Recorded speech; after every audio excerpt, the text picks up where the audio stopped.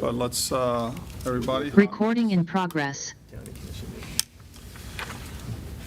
Welcome, everyone on the TDC and everyone in the audience.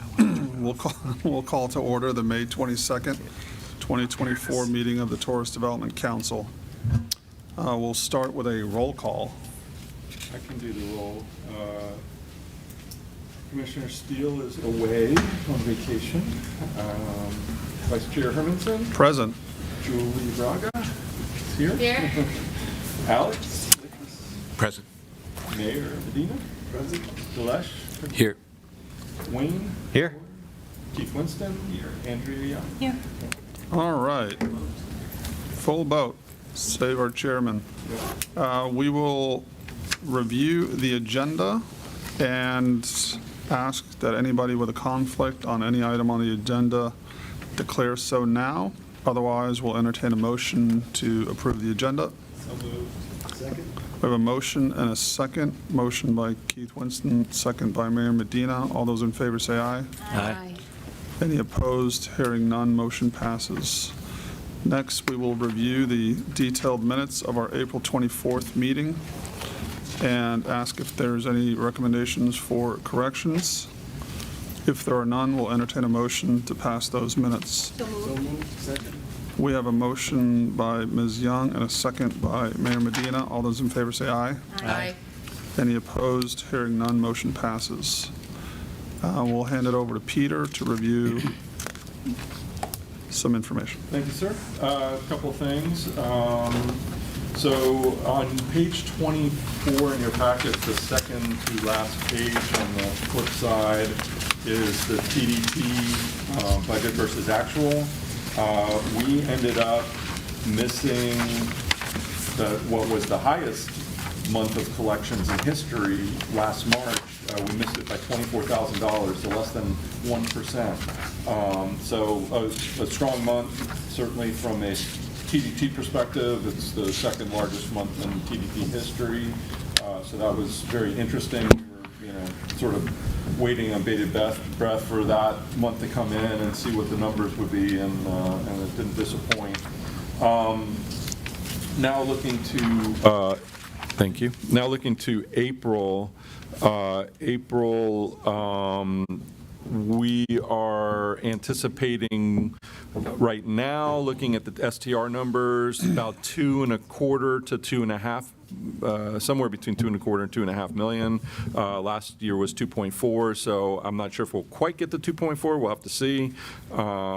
I'm thinking it's going to be more on that low side of 2.25 to maybe 2.3, so we might just miss April a little bit.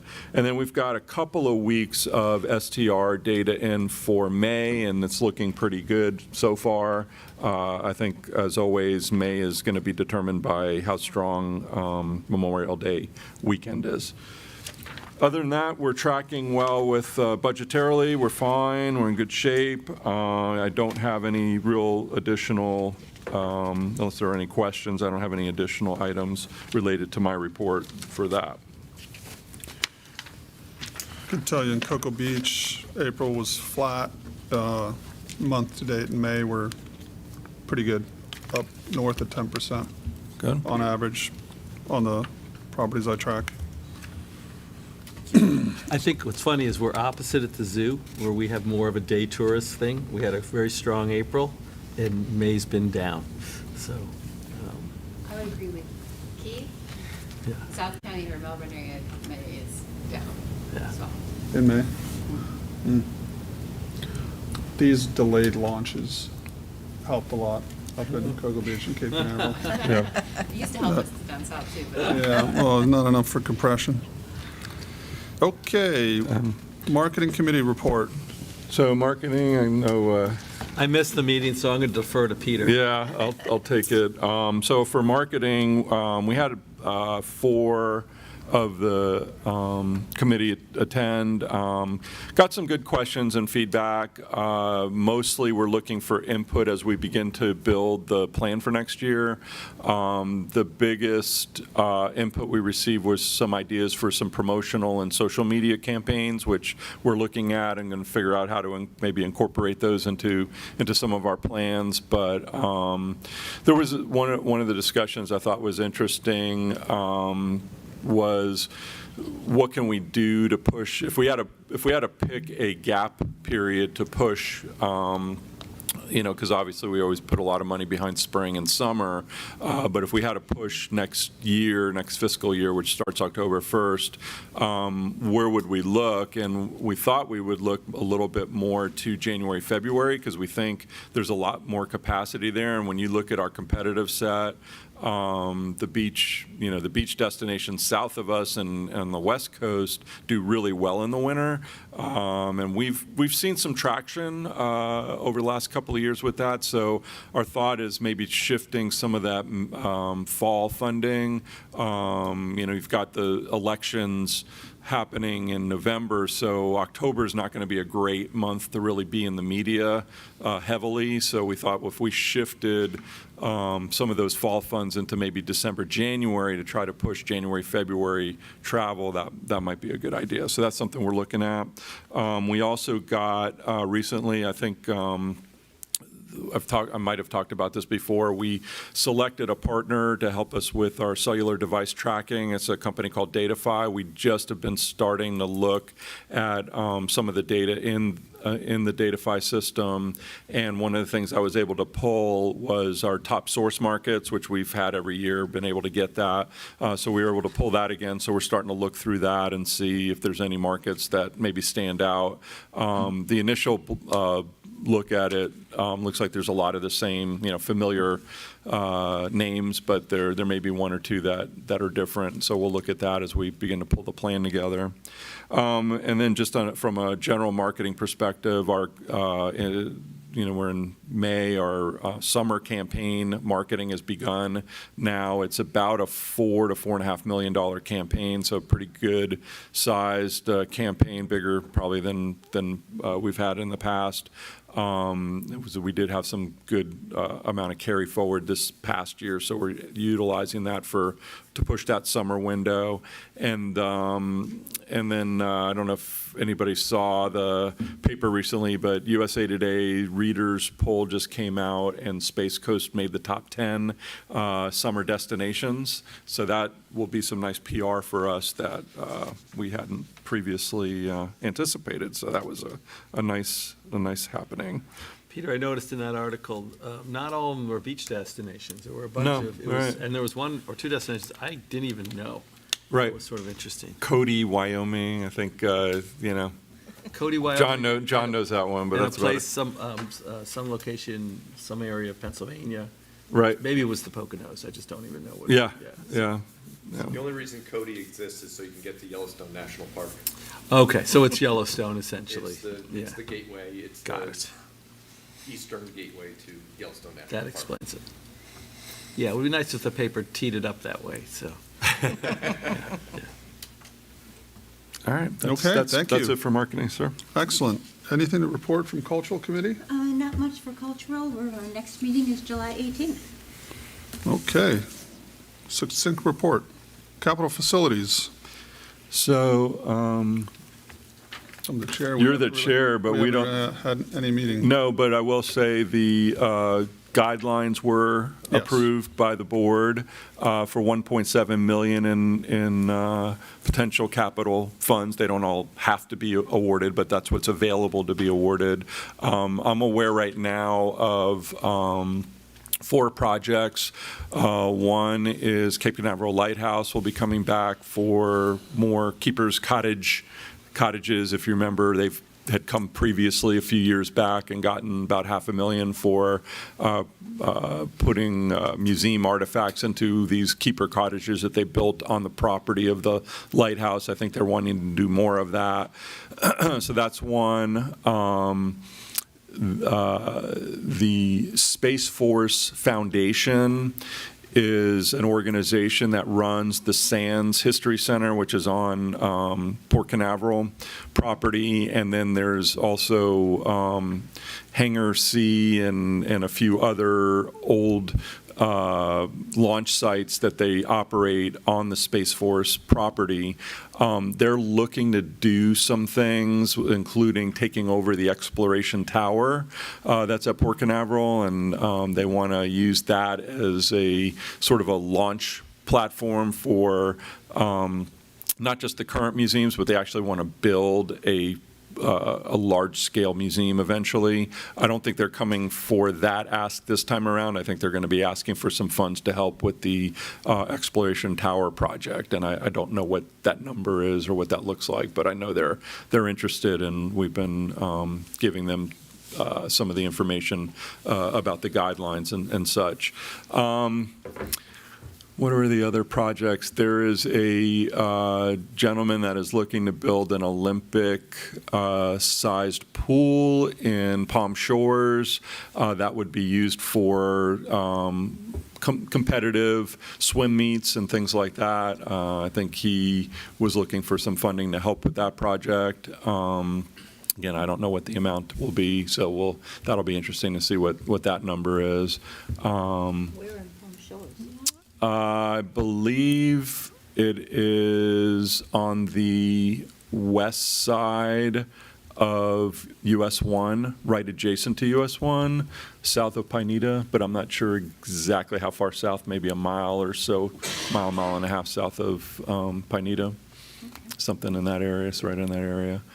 And I don't remember what the fourth one is right at the moment, but there was some project that was out there. So anyway, there's a few projects that'll be applying, and we'll see what happens. But they can come to the July 11th. The actual application will open up June 1st, and then it'll close I think at the end of June, and then they can come to the July 11th meeting and make presentations, and that's when the applications will be handed out to the committee for scoring purposes. So that's the timing on that one. Very good. Thank you for that update. Sure. Anything to report from the Beach Committee? Nothing to report. We have not had a meeting, but we do have our next meeting July 17th. Yeah, we had some conversations about whether it was worth having that meeting or not. I was going to share at this meeting, and Julie and I didn't have a chance to talk ahead of time, but I was going to share there are two projects that had previously been funded through the Beach Fund that I think are going to come to the TDC in July. One is we had a 5-year contract with the city of Cocoa Beach to clean the beaches in Cocoa Beach, and they were using KBB as their entity that was doing the cleaning. It was $175,000 a year. It was a 3-year contract with a 2-year renewal. They are at the end of the 2-year renewal now, so we can't just sign a new contract. There's no renewals left on it. So what we've asked them to do is if they wanted to get continued funding, we said we'd have to come to the TDC, and then ultimately would have to be approved by the board since it's funds that are coming out of the beach fund. So that has to be approved by the board. So that's one project. And the other one is the KBB directly got several IRL grants over the years to clean the causeways, 528, 520, Pineda, O'Galley, and I'm not sure about 192, but at least those 4. And in aggregate, they were 2 different contracts. One was a 5-year contract that's ending, and the other was an IRL grant, 1-year IRL grant that is ending. So both of those end this year, and those in the total amount of about $100,000. And those came from the beach. Well, they came from the IRL grant portion of the beach fund, which now there is no IRL grant program because the board did not approve doing IRL grants, so there are no funds in there for grants anymore, so it would just have to come out of the general beach fund dollars. But I believe they would also want to come and ask for that. So those are 2 projects. We could potentially ask them to come to the beach committee, but it's just an extra step. I don't know how the TDC feels about that, or if they would just want them to come directly to TDC, and then the TDC could make the recommendation on whatever, the pleasure of the TDC is. I would like to go through the process, and I think the committee would like the opportunity to hear it, and we could support it or, ask questions. Okay, all right. So I think that's worthy, and I think it's a very important aspect of what the beach fund's doing. I know keeping the trash out of the lagoon is a huge priority for the health of the lagoon, and I think it's important. Definitely have that. Okay. I don't know how the rest of the members feel, but Do they as apply? the chair, I would like to. I was going to save you the meeting, but if you want it, No, I think. we will defer to the chair of the Beach I think we Improvement need to Committee. have it. I have a question. Does KBB apply to and/or receive any funds from Sorrel for causeway cleanup, That's a since we have such a huge budget? I don't believe trash cleanup's one of Sorrel's. It's about pounds of nitrogen removed from the lagoon. I don't think shoreline cleanup would qualify in any way. It's a I'm not lot 100% of certain. nitrogen in those candy wrappers. Yeah, not too, well, we've eaten the Beer candy cans. out, so not too much, so, yeah. Seems a better source than beach funding. So I can certainly make both of those recommendations, that if they want to make a request of Sorrel, they can certainly do so. That's not our department, so, they'd have to figure out separately what that process is. But my guess is they will also want to come for funding that they've previously received from us, so If it's going to be beach funds, I think that it should go through the committee. I think so. Okay, very good. I'll let them know that, and then give them both those dates. The committee meeting is the 17th, and then the next TDC meeting, it would be the week later, so.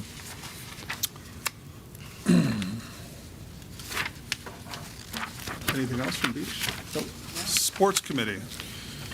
Nothing to report. Next sports meeting is July 10th. So just a quick aside on that one, the funding for sports grants comes out of the marketing budget, but we've been in a holding pattern because both cultural and sports have sort of been in limbo with the board relative to the discussion about funding for lifeguards and various other things. So I think some of that's going to get resolved in July. I don't know if it'll be resolved by the time we have a committee meeting or not. So we can keep it on the books, and hopefully we'll get an answer. But if not, hopefully by the end of July, we'll have a little bit more clear direction on where the board wants us to go with funding for that. So It would be great to have some information, to the extent that you have it, as to the number of visitors that the area received from Relative the to sports sports. events Yep. via the sports grants. sure, we can definitely have So that. that the commission makes decisions with those, with that data. Absolutely, we can have that ready. Peter, And since, if we're not going to have a meeting with them, does that need to come out of the TDC, or is that something you can share in staff meetings with the commissioners? I believe I can share that. I'll figure out the right way to do that, but yeah, we can figure that out. That'd be great. Peter, did we supported the boat races this last weekend, is that correct? We did, yeah, they received what was previously called the Major Event Grant Program. They received $50,000 from the TDC for that, and that was approved last fall. So, yep. When will you have numbers, will you have geofencing numbers on that event? Usually it takes at least 4 to 6 weeks after the event before we get data, so, Got it, yep. thank you. But was it, so you can go back in history, or did you need to Yeah. tell them in advance what you wanted tracked? No, we can figure out how to track previous. We just, literally just got the software tool, so we haven't done that yet for 23, but we'll go back and look at 23, and then post the 24 event, we'll go back and look at that as well. Great. Yep. I don't know if anybody got to attend. I had to miss. Anybody attend the boat races? It was calm, at least, for the first time in years. I hope it was a great turnout. That concludes committee reports. Any public comments?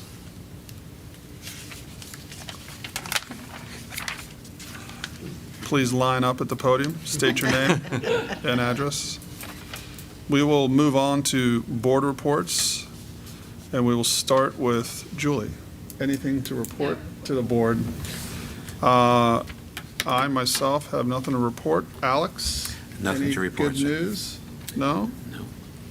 Mayor Medina? No reports, Mr. Chair. Nothing, all quiet on the greatest city In the on the greatest planet. city on the face of the earth. Yes, sir. Delesh, you have the mic. You want to introduce yourself to those that maybe don't know you, and we'll welcome you to the board. Yeah, sure. My name is Delesh Patidar. Currently started 360 Hospitality with obviously Samir Patel, who passed last month. So here to take on his position and his role with the TDC. We were in partnership for 10 years. Most of our properties are located in Brevard County. We started off as a management company, but we're also a development company as well. I served on the Brevard Investment Committee for 2 years prior to this. I've 30 years I've been in Florida. I was born in Titusville, so I've moved to, born in Titusville, moved to Melbourne, moved to Indian Atlantic, Satellite Beach, North Merritt Island. So this is my backyard. This is the best place to live, honestly. So, yeah. Welcome to the board. And of course, we're all heartbroken over the loss of Samir.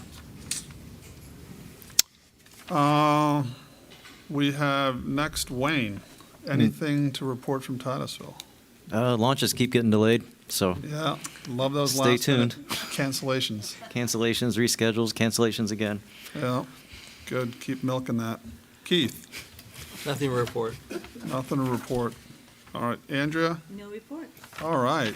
Peter, you want to wrap it up? Yes, so there is we do not meet in June, so hope everybody enjoys a month off. I know I will be taking some time.